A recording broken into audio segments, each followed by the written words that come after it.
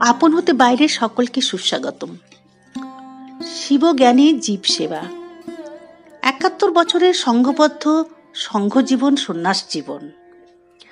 পূজনীয় স্বামী শরণানন্দ মহারাজের শিবজ্ঞানী জীব সেবা ছিল মূল মন্ত্র।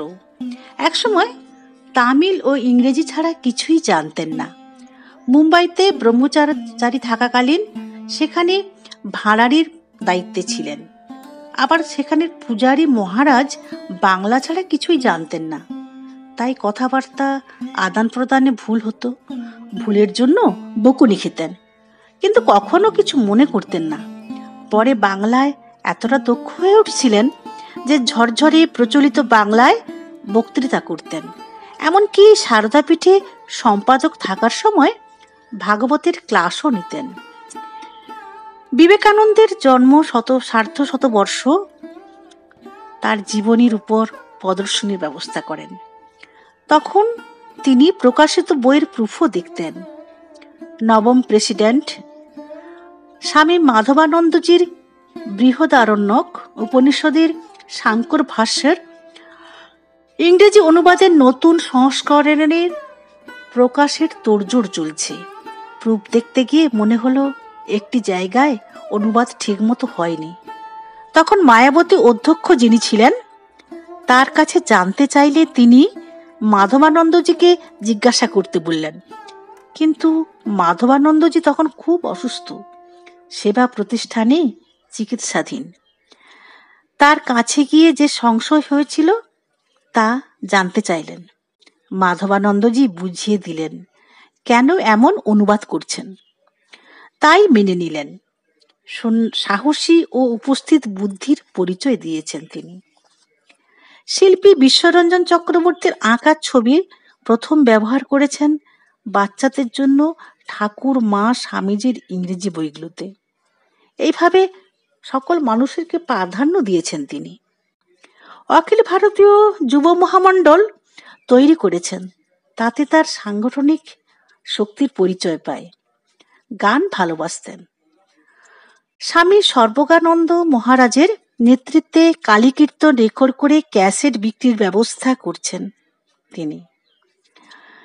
কথামৃতের গান, শ্রী শ্রী চণ্ডী, খণ্ডন ভব বন্ধন গানটির প্রথম রেকর্ড মানুষের ঘরে ঘরে পৌঁছে দেওয়ার কাণ্ডারি ছিলেন তিনিই।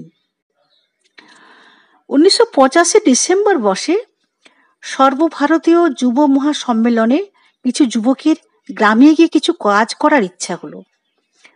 সব শোনার পর চিকিৎসক গৌরদাসের নেতৃত্বে তিনি তৈরি করলেন বিবেকানন্দ স্বাস্থ্য সেবা সংঘ।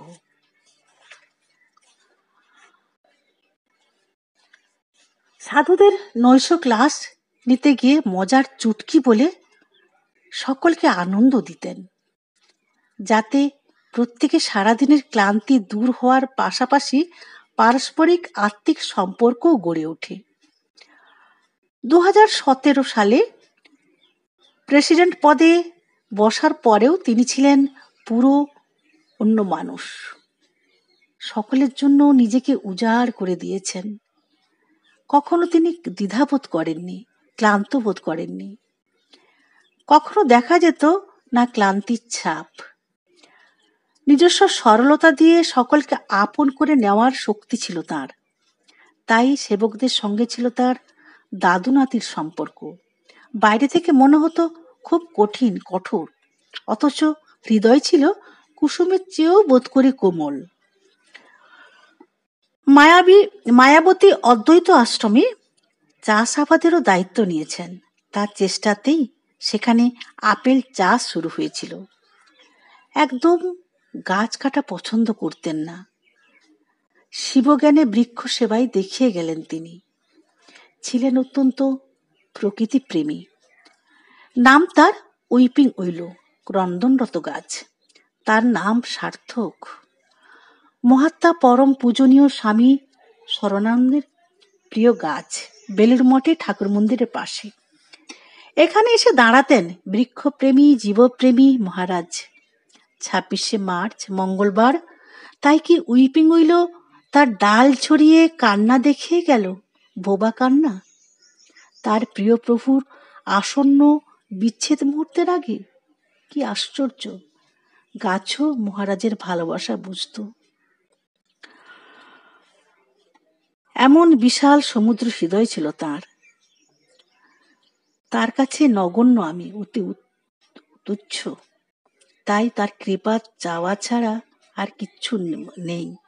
সেই কৃপা মূলধন করে এগিয়ে যেতে চাই। তব দয়া, তব দয়াতি হবে গো মোর জীবন ধুতে, নইলে কি আর পারব তোমার চরণ ছুতে। দয়া, তব দয়াতি হবে গো মোর জীবন ধুতে।